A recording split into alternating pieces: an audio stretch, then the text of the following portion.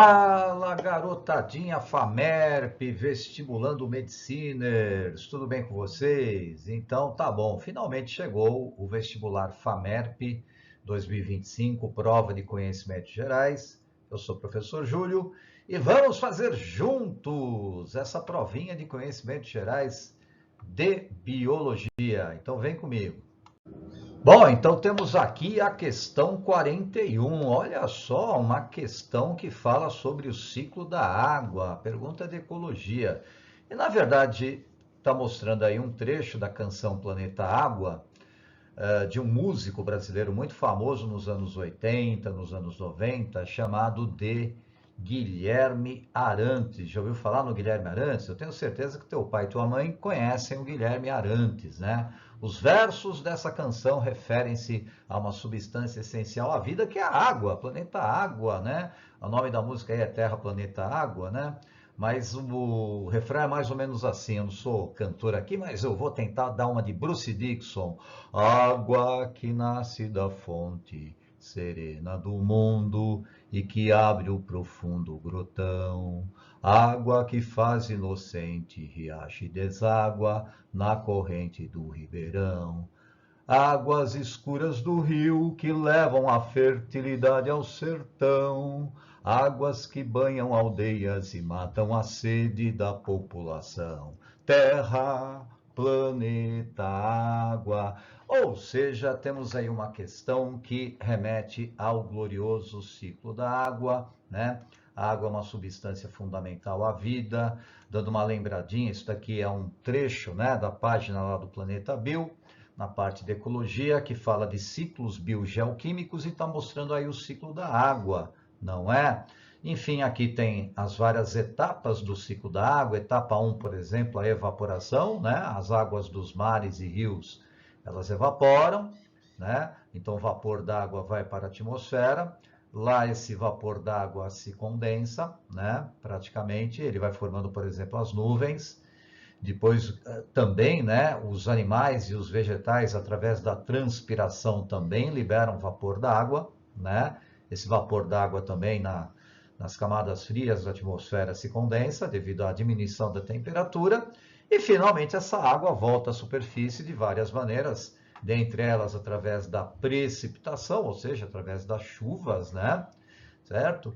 E também, né, essa água, uma vez caindo aqui, por exemplo, na superfície, além delas basicamente, né, irrigarem os oceanos, os rios, os lagos, o solo, né, essa água também percola, né, vai ter uma infiltração dessa água lá no solo, vai formar o lençol freático. Enfim, os seres vivos depois eles vão absorver essa água. As plantas, por exemplo, absorvem a água, principalmente as plantas terrestres, através de suas raízes. E os animais, né? Como é que eles conseguem a água? Ou eles conseguem a água através, como está mostrando aqui diretamente na gravura, né? O animal bebe diretamente a água lá de uma fonte, por exemplo, de água, de um lago, de um rio, de um riacho, de algum manancial, ou através da alimentação, porque quando, por exemplo, a gente está se alimentando, no alimento também tem água. Então, quando nós nos alimentamos, de certa forma também estamos, entre aspas, bebendo água, né? Adquirindo essa água. Mas, enfim, o que diz aí o glorioso exercício 41. Quem é a substância essencial para a vida? Com certeza é a água, né? E se a gente olhar, por exemplo, as alternativas, a água promove a fertilidade do solo. Não é exatamente a água que promove a fertilidade do solo, né? Quem promove a fertilidade do solo, por exemplo, a gente pode falar que são os compostos inorgânicos derivados da decomposição dos compostos orgânicos, né? É uma série de minerais, né? De sais minerais aí que vão dar essa fertilidade para o solo, né? A água pode ser obtida pelos animais por meio da alimentação. Sim! Alternativa B, sem muitas delongas, né, gente? Puxa, mas que legal, olha só, né? A questão 42 ilustra um processo metabólico famoso. Você sabe qual que é o nome desse processo? Glicose dando origem a piruvato, piruvato dando origem a álcool etílico. Isso mesmo! Chama-se fermentação alcoólica, realizada, né, por principalmente por micro-organismos. Algumas bactérias fazem fermentação alcoólica, mas há um micro-organismo mais famoso que a gente conhece, estuda bastante no ensino médio, né, que realiza esse processo, são as leveduras, que são fungos, né, pertence à espécie principalmente conhecida como Saccharomyces cerevisiae, né, o fermento biológico, não é isso? E o que mostra o esquema? Repara o seguinte, ó, o esquema está mostrando primeiro uma conversão aqui de glicose com 6 carbonos para 2 moléculas de piruvato ou ácido pirúvico, né? Esse processo aqui, ele é chamado de glicólise, não é? Perfeito. Além do ATP nosso de cada dia, quando, por exemplo, essa glicose é transformada em piruvato, há liberação de hidrogênio. Esse hidrogênio prontamente ele é assimilado pelos aceptores de hidrogênio, nesse caso vai ser o NAD, né? A nicotinamida, a adenina dinucleotídeo. Então, o NAD cata os hidrogênios que saíram da glicólise e se transforma em 2-NADH mais H, né? Beleza. Mas, olha só o que acontece. Se fosse uma respiração celular aeróbia, o que ia acontecer? Se fosse respiração celular, essa glicólise seria a primeira etapa do processo de respiração celular e aconteceria onde? Lá no citoplasma. Nos eucariontes, esse ácido pirúvico, ou esse piruvato, iria ingressar na mitocôndria para dar continuidade ao processo de respiração celular aeróbio.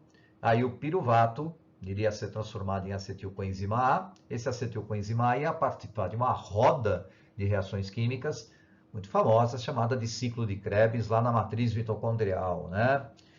E depois, um monte de NADH e FADH2 produzidos lá no ciclo de Krebs, eles seriam oxidados nas cristas mitocondriais, na terceira etapa, né, do processo de respiração celular, conhecido como fosforilação oxidativa ou cadeia respiratória. Mas não é o caso aqui.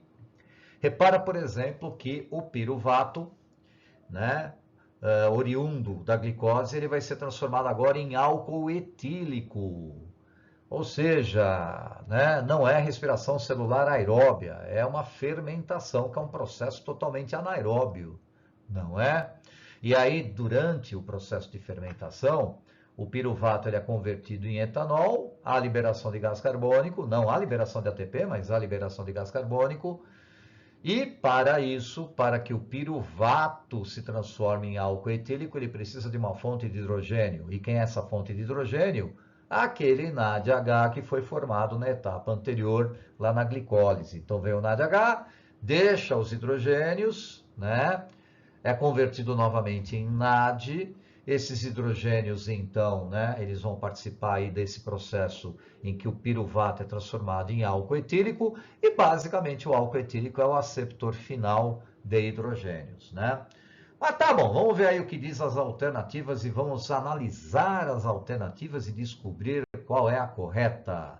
Esse tipo de metabolismo energético, a fermentação alcoólica, é considerado anaeróbio? Sim, sim. E ocorre exclusivamente em organismos procariontes?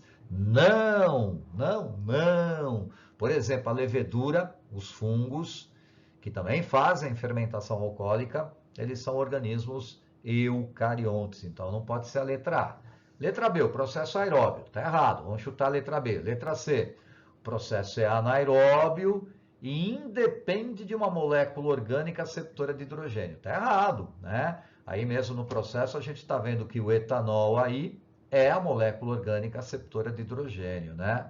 Então a letra C é inviável, letra D inviável, porque está falando que é aeróbio. E aí temos aí a letra E, e é a letra E realmente que é a correta, né? Ou seja, a fermentação alcoólica é um processo anaeróbio, gera um saldo de ATP menor do que o da respiração celular. Quando o cara fala em respiração celular, ele está querendo dizer que é a respiração celular aeróbia, né? Cada mol de glicose metabolizado na fermentação alcoólica dá mais ou menos 2 mols de ATP. Porém, cada mol de glicose que é metabolizado na respiração celular dá um saldo final de aproximadamente 38 ATPs, ou seja, em termos energéticos, né? A respiração celular gera muito mais ATPs do que a fermentação alcoólica. Certo ou não, turma? Opa, questão 43. Claro, uma questão que assunto tradicional, assunto biomas, não é? E você sabe dizer que bioma é esse aqui do mapinha? A área churada do mapa destaca um importante bioma brasileiro, né? Você está vendo que pega basicamente aqui a região do Nordeste brasileiro, né? E eu tenho certeza que você deve ter pensado em Caatinga, né? Então, tá bom. E é claro, né? As plantas que vivem na Caatinga, elas apresentam adaptações a viver nesse clima semiárido, né? E quais seriam essas adaptações, não é? Então vamos lá. Então a gente vai ter, por exemplo, vários tipos de vegetais. Esses vegetais, por exemplo, né? Muitos deles, eles apresentam basicamente uma cutícula muito espessa na folha para evitar uma transpiração excessiva, uma redução do número de estômatos. Esses estômatos, geralmente, eles ficam localizados na epiderme inferior e muitas vezes esses estômatos eles ficam localizados em criptas. E nessas criptas a gente vai ver vários tricomas. Tudo isso para quê? Para diminuir a taxa de transpiração e a perda de água, né? E algumas dessas plantas, elas apresentam uma significativa redução da área foliar, muitas inclusive, né? Muitas cactáceas, por exemplo, né? Que são plantas que são adaptadas, por exemplo, à caatinga, elas apresentam, por exemplo, né? Um número de espinhos muito grande, né? Para quê? Para exatamente diminuir essa perda de água, diminuir, por exemplo, a superfície de transpiração, né? Ou seja, uma planta da caatinga, o que ela mais quer é se adaptar ao clima semiárido e o que ela menos quer é perder água excessivamente, certo? E é isso então. Então, essa área churada do mapa, uma das adaptações das certas espécies de plantas típicas da caatinga brasileira é a presença de, analisando as alternativas, letra A, caules com cascas finas e que as protegem das queimadas? Não, né? Proteger da queimada, por exemplo, seria mais típico lá do cerrado, né? E a casca, por exemplo, ela não é delgada, ela não é fina, né? Letra B, raízes aéreas? Não, elas não apresentam raízes aéreas, elas apresentam raízes subterrâneas, né? E essas raízes subterrâneas de algumas espécies, de fato, elas são muito longas, né? São muito profundas para facilitar, por exemplo, a absorção de água do lençol subterrâneo, mas não são raízes aéreas, então essa letra B não pode ser, né? Letra C, espinhos numerosos, olha assim, sim, que reduzem a perda de água, sim. Ah, professor, não pode ser a letra D, folha larga? Não, folha larga não, folha larga ia aumentar a superfície de transpiração e ia perder muita água, são folhas com superfície reduzida. Letra A, caules de grande porte, que facilitam a dispersão de sementes. Geralmente não, né? A gente não vai ter, por exemplo, grandes árvores ali na caatinga, a gente tem arbustos, plantas de porte médio, né? Muitas cactáceas, muitas plantas xerófitas, né? Então aqui a mais se adequa à pergunta de fato é a letra C, certo ou não?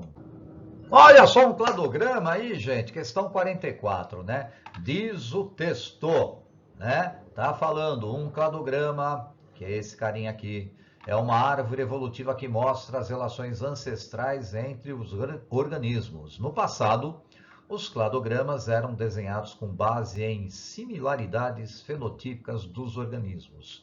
Hoje, similaridades nas sequências de bases nitrogenadas do DNA entre organismos também podem ser usadas para representar os gloriosos cladogramas.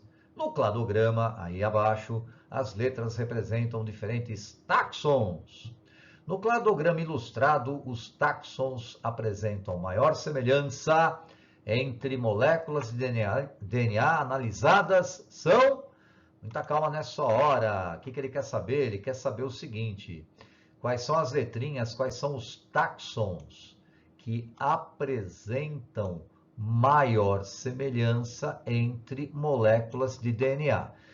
Se ele está falando em maior semelhança de DNA, significa também maior parentesco evolutivo, né? Quando os indivíduos, por exemplo, eles têm um maior parentesco evolutivo, eles apresentam uma grande semelhança nas moléculas de DNA. E o que mostra o cladograma? Ele mostra, por exemplo, a ancestralidade que existe entre esses táxons aqui, né? Então você tem o A, o B, o C, o D, o E, o F e o G, né? Se a gente marcar aqui, ó, cada nó desse daqui do cladograma, né? Por exemplo, que eu estou fazendo aqui, ó. Por exemplo, aqui tem um nó, aqui tem um nó, né? Aqui tem um outro nó, aqui tem um outro nó, né? E assim por diante. Aqui também tem um outro nozinho. O que significa isso? Esses são os ancestrais comuns a todos, né? Então, por exemplo, esse carinha aqui, ó, ele é o ancestral comum a todos eles, ao A, ao B, o C, o D, o E, o F, né? Se a gente está subindo o cladograma, significa que a gente está indo para tempos mais recentes. Se a gente está voltando no cladograma, a gente está indo para épocas mais remotas, né? Então, por exemplo, né, todos eles são parentes. Mas se você pegar, por exemplo, aqui, ó, o ancestral entre o B e o C, é um ancestral mais recente do que, por exemplo, o ancestral que viveu aqui, ó, nesse passado, entre o A e o C. Então, por exemplo, o B e o C, eles têm uma ancestralidade maior, né? E uma semelhança de DNA maior do que, por exemplo, o A com o B.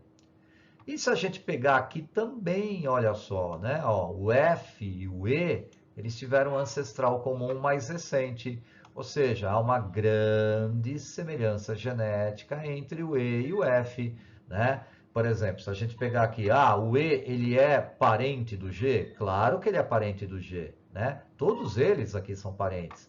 Mas, por exemplo, a similaridade genética entre o E e o F é maior do que a similaridade genética entre o E e o G.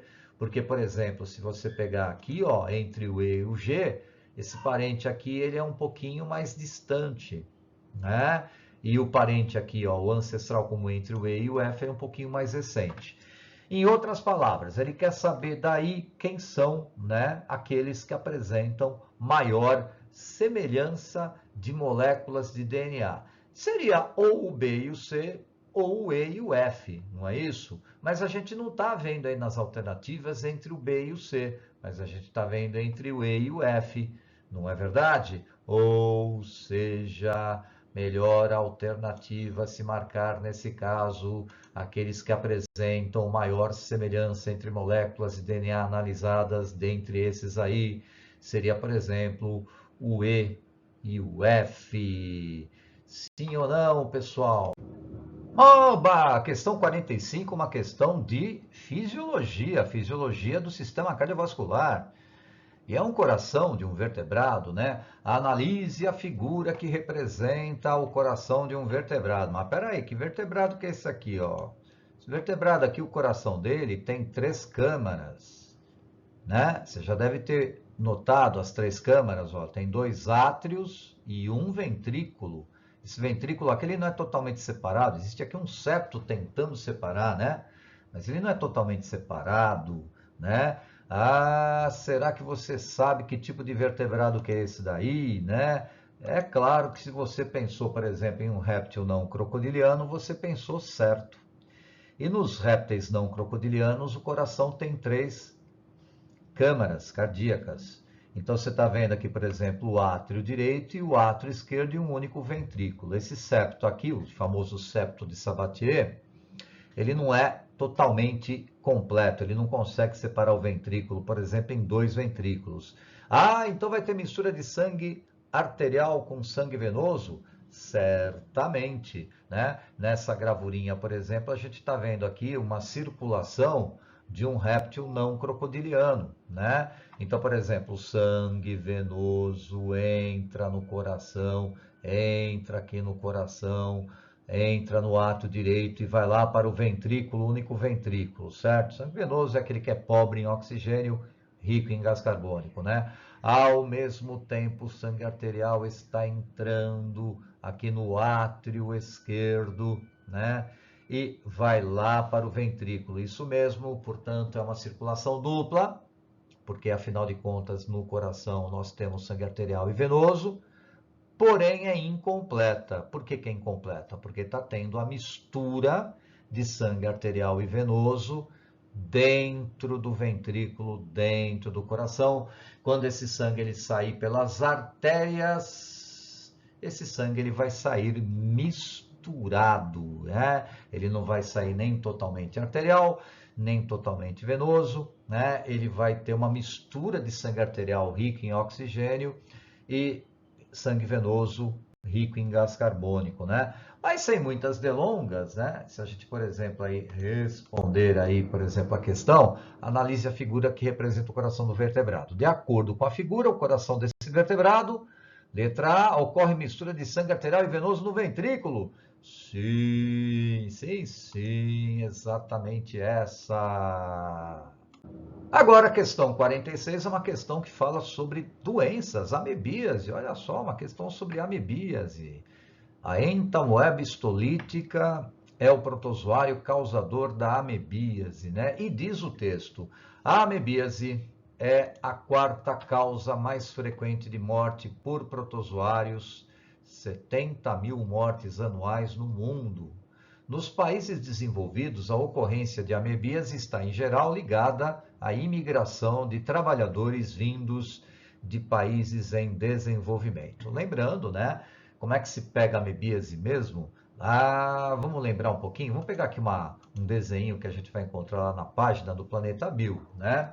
Adquire-se amebíase por meio da ingestão de alimentos, verduras, legumes, etc. e água contaminados com cistos de amebas. Então, se eu tiver, por exemplo, aqui um indivíduo, né? E se esse indivíduo tiver acometido por amebíase, as amebas, né? Elas são liberadas através de suas fezes. E nas fezes desses indivíduos contaminados, nós vamos encontrar estruturas chamadas de cistos, né? Muito bem, então se a gente tiver uma área que não tem saneamento básico, por exemplo, em muitas áreas dos países em desenvolvimento, nos países subdesenvolvidos, né, não há um saneamento básico muito considerável e é muito comum, por exemplo, uma série de doenças ligadas à falta de saneamento básico, como, por exemplo, a amebíase, né? O fato é que nesses lugares há uma chance muito grande dos cistos contaminarem a água ou os alimentos. Então, se um indivíduo beber essa água contaminada com cistos ou se alimentar de verduras, eventualmente contaminadas com cistos, esses cistos ingeridos, eles abrem, né, no intestino do indivíduo, liberam a entamoeba histolítica, né, e aí essa entamoeba histolítica, ela começa a danificar os tecidos, causando aí a doença conhecida como amebíase, que em alguns casos desenvolve quadros muito graves, não é? Mas tá bom, mas seguindo o jogo, o que exatamente o querido examinador está querendo? Olha, essa doença citada no excerto é transmitida pela, isso mesmo, pela ingestão de água ou alimentos contaminados com cistos, e um saneamento básico vai bem aí, assim como a higiene, lavar bem os alimentos, né, esterilizar a água, tudo isso são medidas profiláticas contra a amebíase. Beleza? E olha só, outra questão de fisiologia, só que essa é a fisiologia do neurônio, né? Vamos lá então, olha só que interessante a questão 47. O fentanil é um potente opioide sintético que atua no sistema nervoso central como anestésico. Beleza. Uma vez que atinge o cérebro, o fentanil interage com receptores opioides, facilitando a liberação de dopamina, anulando a dor e gerando a sensação de prazer, de calma e redução da ansiedade. O tronco cerebral, que controla a função respiratória, também possui receptores opioides. E, quando eles são inundados com o fentanil, você pode parar de respirar, mesmo se estiver consciente. Explica Daniel Sitar, professor da Faculdade de Ciências de Saúde da Universidade de Manitoba, no Canadá. Muita calma nessa hora, né? Talvez aqui, ó, para a gente resolver essa questão, vale a pena destacar o que está escrito aqui, ó, né? A gente está falando, por exemplo, de um anestésico, né? O fentanil. E uma vez que o fentanil atinge o cérebro, ele interage com receptores opioides, certo? Facilitando a liberação de dopamina, anulando a dor e gerando a sensação de prazer, de calma e redução da ansiedade. Mas o fato é que ele falou que o fentanil interage com os receptores opioides. Mas afinal de contas, onde ficam esses tais receptores? E tudo isso tem a ver com o quê? Com a fisiologia do neurônio. Vamos lembrar de uma sinapse nervosa, né? Então aqui você está vendo, por exemplo, dois neurônios estabelecendo um contato, uma sinapse, né? Olha a sinapse aqui. Esse daqui é um neurônio pré-sináptico, esse daqui é um neurônio pós-sináptico. Vou dar um zoom aqui ó, na sinapse. Zoom! O que é isso daqui? Isso aqui é a fenda sináptica. É aquele espaçozinho que tem entre o axônio do pré e o dendrito do pós. E vamos dar um zoom também nessa terminação axônica. Então, se eu pegar aqui no finalzinho lá do axônio, do neurônio pré, a gente vai encontrar a terminação axônica, tá vendo? Né? E se eu pegar lá o finalzinho do dendrito do pós, a gente vai encontrar aqui a terminação dendrítica.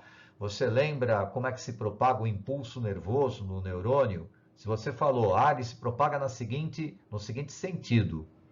Dendrito, corpo celular, axônio. Isso mesmo. Quando aquele impulso nervoso ele chegar no finalzinho do axônio, ou seja, quando aquele impulso nervoso ele chegar lá na terminação axônica, há liberação de neurotransmissores. Quem libera os neurotransmissores é o axônio. Lembra, né? Aí você vai ter vários tipos de neurotransmissores. Esses neurotransmissores eles são liberados a princípio lá na fenda sináptica, mas eles não ficam só aí. O que vai acontecer com esses neurotransmissores? Eles vão se ligar, eles vão interagir com essa parte aqui, ó, né? Esses carinhas que a gente vai agora mostrar aqui para vocês, ó, na terminação dendrítica, são os gloriosos receptores dendríticos. Em outras palavras, significa que o nosso glorioso fentanil, que é um derivado de ópio, né, ele interage com os receptores das terminações dendríticas e causa todos esses efeitos que foi descrito lá no texto, né? Então, de acordo com o excerto, tá? O fentanil ele atua de que maneira? Então, se você olhar aí, por exemplo, a alternativa D, é a melhor a se marcar, né? Na sinapse neural, ao interagir com as proteínas da membrana, presentes na superfície externa dos dendritos dos neurônios. Esses receptores aqui, ó, que ficam nos dendritos dos neurônios, eles são de natureza proteica, eles são proteínas que interagem com os neurotransmissores. E, nesse caso, interagem também com esse anestésico, com o fentanil. Belezinha, turma? Poxa, mas eu estou sentindo falta de uma questão de genética. Meu Deus, uma questão de genética aí, questão 48. Genética do sangue, dos grupos sanguíneos, né? Nesse caso aí do sistema RH, né? Diz o texto, vamos ver aqui, vamos ler o texto aqui, tá falando aqui, ó, o heredograma, este heredograma bonitão, que tá mostrando aqui o tipo sanguíneo RH positivo e RH negativo nesses membros, né?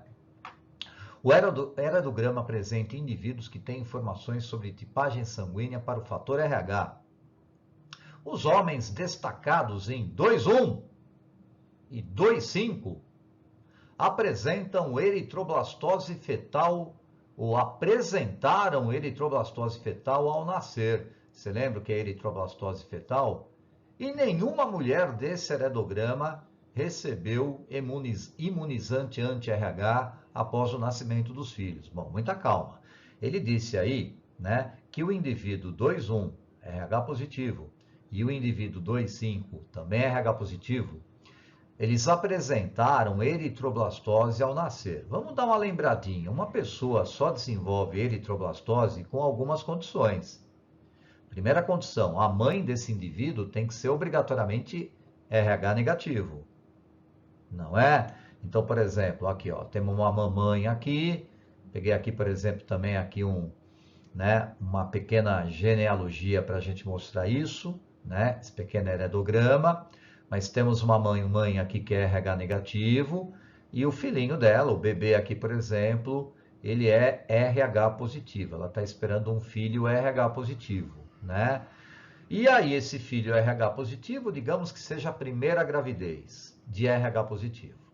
Na hora do parto, pode ter, por exemplo, contato entre o sangue da mãe e o sangue do feto. Um pouquinho, por exemplo, do sangue do feto pode ingressar no organismo materno. E se ingressar? Se ingressar significa que esse sangue do feto, que é RH positivo, tem o fator RH. Significa que vai ficar um pouquinho de fator RH no corpo da mãe. Mas a mãe é RH negativa, ela não tem esse fator RH. Logicamente, o que vai acontecer? Né? O organismo da mãe vai ser sensibilizado, vai reconhecer esse fator RH como antígeno, produzirá anticorpos aglutininas anti-RH. Beleza. Esses anticorpos anti-RH poderão afetar uma segunda ou posterior segunda gravidez novamente de um filho RH positivo. Então, se essa mamãe, por exemplo, engravidar novamente, existe grande probabilidade dos anticorpos anti-RH que a mamãe formou durante a primeira gravidez passarem para o organismo do feto através da placenta, né? Do sangue da mãe para o sangue do feto.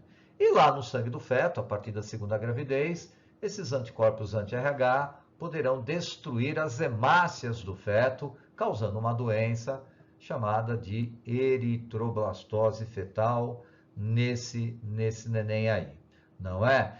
Bom, quais são as condições para que o neném aqui desenvolva eritroblastose fetal? Ele tem que ser RH positivo, a mamãe dele tem que ser RH negativo e obrigatoriamente o pai dele é RH positivo. Uma outra coisa que seria legal para a gente resolver o exercício. Você lembra que essa questão do fator RH é condicionada por um par de alelos, né? Portanto, é uma herança monogênica autossômica, não é? E claro que seria legal você lembrar quais são os fenótipos e os genótipos relacionados. Então, quais são os fenótipos? O tipo sanguíneo RH positivo ele é dominante. O indivíduo pode ser, por exemplo, homozigoto Rzão Rzão ou heterozigoto Rzão Rzinho. E, obrigatoriamente, o indivíduo, por exemplo, RH negativo, ele sempre é recessivo homozigoto Rzinho Rzinho. Tendo isso em vista, a gente pode, por exemplo, analisar o heredograma que foi fornecido aí, né? Então, por exemplo, ó, todos esses indivíduos RH negativo, obrigatoriamente, eles vão apresentar o genótipo o quê? Rzinho, Rzinho. Vou até colocar aí no heredograma para eu não esquecer. Se é RH negativo, Rzinho, Rzinho. Tá, mas e os indivíduos RH positivo? Eles não podem ser Rzão, Rzão ou Rzão, Rzinho? Até pode, mas você concorda comigo que os indivíduos que têm ou tiveram eritroblastose fetal, que são RH positivo, eles tiveram uma mãe RH negativo. Então, obrigatoriamente, eles receberam um Rzinho da mãe deles. Então, embora eles sejam RH positivo, eles vão ser heterozigotos. Então, já sei que esse cara aqui é Rzão, Rzinho. Já sei que esse cara aqui também é Rzão, Rzinho. Também já sei que esse cara aqui, ó, o número 22, também é Rzão, Rzinho. Por quê? Porque ele vai receber um Rzinho da mãe dele, né? Esse cara aqui, por exemplo, né, o número 2, o 32, ele também vai ser Rzão, Rzinho, ó, porque ele vai receber um Rzinho do número 4, né? Enfim, dá para descobrir o genótipo da galera inteira, então só para não esquecer, vamos colocar o genótipo também dos indivíduos que são RH positivo. Sabendo disso, vamos ver o que pede aqui o exercício, ó. Considerando os dados do heredograma, a probabilidade de uma criança ter eritroblastose fetal gerada pelo casal 2425, alternativa A. Será que é essa? 2425. Cadê o 2425? Olha isso aqui, ó. A probabilidade, né? Diz aí, alternativa A, desse casal 2425 gerar uma criança com eritroblastose fetal RH positivo é de 50%. Vamos testar. Vamos testar? Como assim? Vamos cruzar esses dois, né? Então, se a gente cruzar, por exemplo, o 24 e o 25, a gente vai chegar, por exemplo, nessa condição aqui, ó, né? Como assim? Olha só, por exemplo, aqui, ó, né? Colocando aqui, por exemplo, na tabelinha, os alelos, né? Então, por exemplo, a mamãe número 4, ela é RH negativo. Então, ela produz apenas gametas portando o gene Rzinho, né? Os seus ovócitos vão ser só 100% Rzinho. Agora, o rapaz aí número 5, metade dos espermatozoides é Rzão, a outra metade dos espermatozoides é Rzinho. Então, se a gente fizer o cruzamento, olha só, existe 50% de probabilidade da criança nascer Rzão, Rzinho, portanto, com eritroblastose fetal. Portanto, sem dúvida, deu certo. A questão 48 é a alternativa A de amor. Certo ou não, gente? Opa, vamos lá então. Parece ser uma questão aí de evolução, mecanismos evolutivos, né? Diz aí a questão 49. A figura ilustra a origem evolutiva dos atuais camelídeos, camelos, dromedário, lhama, vicunha, alpaca, guanaco, a partir do ancestral conhecido como Foebrodon. Cadê o Foebrodon? Olha aqui, ó, o Foebrodon. Esse aqui é o Foebrodon, aqui no mapinha, tá vendo? Ó, né? Que migrou para a Eurásia, ou seja, teve um grupo aqui desse ancestral que veio para esta parte do planeta, Eurásia, né? Mas também uma parte migrou para a América do Sul. Olha aqui, ó, para a América do Sul. O grupinho que foi lá para a Eurásia, ele deu origem aqui, ó, a outras espécies, tá vendo? O dromedário, né? Que é o Camelus dromedarius, né? Mas também, por exemplo, a outras espécies, né? A esse camelo, por exemplo, com duas cocovas, outro aqui, o camelo selvagem aqui, né? Também com duas cocovas, né? Ou seja, esse aqui é o Camelus ferus, esse aqui é o Camelus bactrianus, esse daqui é o Camelus dromedarius, são três espécies diferentes que tiveram um ancestral comum, né? E aqui também, ó, né? Se você pegar aqui lhama, vicunha, alpaca, guanaco, todos esses caras aqui, e mais esses camelos aqui da Eurásia, também da África, né? Eles tiveram esse cidadão aqui da América do Norte como ancestral comum. Como é que isso é possível? Isso é possível devido a um mecanismo chamado mecanismo de especiação, né? Ao longo do tempo, esses indivíduos, né, tiveram uma origem comum, mas eles migraram para diferentes regiões. E essas regiões, entre elas, pode ter, por exemplo, vários obstáculos, várias barreiras físicas, montanhas, lagos, rios, né? E isso isola as populações em áreas diferentes. Isso diminui o fluxo gênico entre essas populações, né? E claro, cada população, por exemplo, como elas estão em regiões diferentes, elas vão sofrer processos seletivos diferentes. Afinal de contas, são diferentes condições ambientais, diferentes condições abióticas, diferentes condições bióticas. Enfim, né? Essa especiação que a gente está vendo, em que populações elas ficam separadas, né, e isoladas geograficamente, a gente chama isso daí de especiação alopátrica, né? Então, o primeiro espaço, digamos assim, primeira etapa da especiação alopátrica é exatamente esse isolamento geográfico, né? Bom, se essas modificações que ocorrem nessas populações, em função do processo de seleção natural, elas forem muito rigorosas ao ponto de, por exemplo, esses animais não conseguirem mais serem intercruzados, e ao ponto de não conseguirem gerar descendentes férteis, viáveis, né? Muito por conta de mecanismos pré-zigóticos ou pós-zigóticos, aí a gente fala que aconteceu um isolamento reprodutivo, culminando no quê? Na formação de espécies diferentes a partir de um ancestral comum. E é isso, tá? Então, se a gente olhar, por exemplo, aí as alternativas, a que melhor explica, né, a existência dessas diferentes espécies de camerídeos nos diferentes continentes é a hipótese expressa pelo item C, especiação alopátrica, na qual houve interrupção do fluxo genético, do fluxo gênico, entre esses grupos separados geograficamente. E mais uma questão de fisiologia, puxa vida, né? O vestibular de conhecimentos gerais, né, da FAMERP 2025 privilegiou fisiologia. Que bom, né? Só que agora é a fisiologia do sistema digestório. Olha só, analise o gráfico que ilustra as velocidades de reação de duas enzimas, X e Y, que digerem substratos em diferentes órgãos humanos. Bom, você aí que é um rapaz esperto, você já deve estar desconfiado de quem é essa enzima X aqui, né? Porque, olha, essa enzima X, ele está mostrando aqui a velocidade da reação em função do pH. O pH 7 é o pH neutro, não é? E qual é a enzima que age melhor no pH neutro? Ah, você deve ter pensado na amilase salivar, também conhecida como pitialina.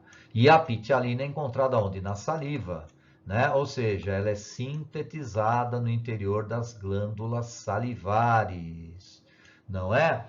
Agora, essa enzima Y, ela pode ser um monte de enzima aí, né? Por quê? Porque essa enzima Y, né, ela age melhor em pH básico. O senhor deve estar reparando aqui, por exemplo, né, que o pH ótimo de atuação dela é em torno de 8,5, 8 por aí, né? Ou seja, essa enzima Y, ela age melhor lá no intestino delgado. Pode ser uma enzima do suco pancreático, pode ser uma lipase pancreática, pode ser, por exemplo, uma amilase pancreática, pode ser uma tripsina, que digere proteínas, podem ser várias nucleases, né, que digerem ácidos nucleicos ali, né, no intestino, tá? Mas então, vamos lá, pelo pH a gente desconfia, né?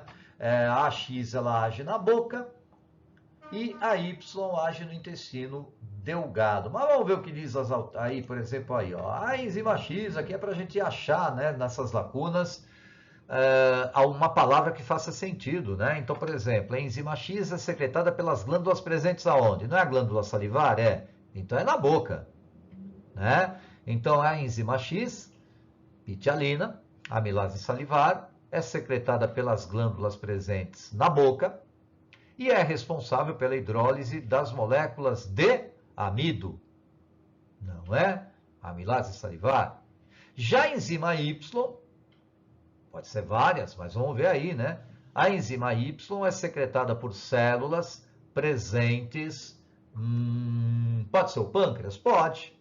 O suco pancreático, por exemplo, ele produz várias enzimas que agem em meio básico alcalino, né? pH próximo de 8. Então, faria sentido sim. A enzima Y é secretada em células presentes no pâncreas e hidrolisa moléculas do quê? Pode ser gordura? Pode. Por exemplo, a lipase pancreática. Pode ser amido? Pode. Por exemplo, a amilase pancreática. Pode ser ácido nucleico? Também pode. Por exemplo, as nucleases. E se a gente olhar as alternativas, a A já não pode ser, né? Vamos dar uma bica aqui na A, certo? Porque a enzima X não age no duodeno. Não age no duodeno, então também não pode ser a D, né? Tá bom. Não pode ser a E, Por quê? Porque a amilase, ela digere amido. Então já vai para o brejo aí, né? Vai para o brejo AD, vai para o brejo AA. Ficamos entre B e C. Legal. A Y, produzida no fígado? Jamais. O fígado não produz enzimas digestivas. O fígado ele produz sais biliares que emulsificam gorduras. Agora, se você pegar a letra B, tudo faria sentido, né? Olha só, a enzima X, a amilase salivar, é secretada por glândulas, as glândulas salivares, presentes na boca, é responsável pela hidrólise de moléculas de amido, que é um baita polissacarídeo. A enzima Y é secretada por células presentes no pâncreas, suco pancreático, né? E hidrolisa moléculas de ácido nucleico, DNA, RNA.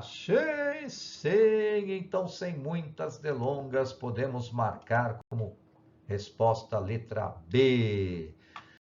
Certo ou não, garotadinha, usuária Planeta Bio, uma ótima jornada aí na segunda fase, na prova de conhecimentos específicos, que nós também vamos resolver aqui nas nossas aulinhas do Planeta Bio. Um grande beijo para todos. Até mais, gente.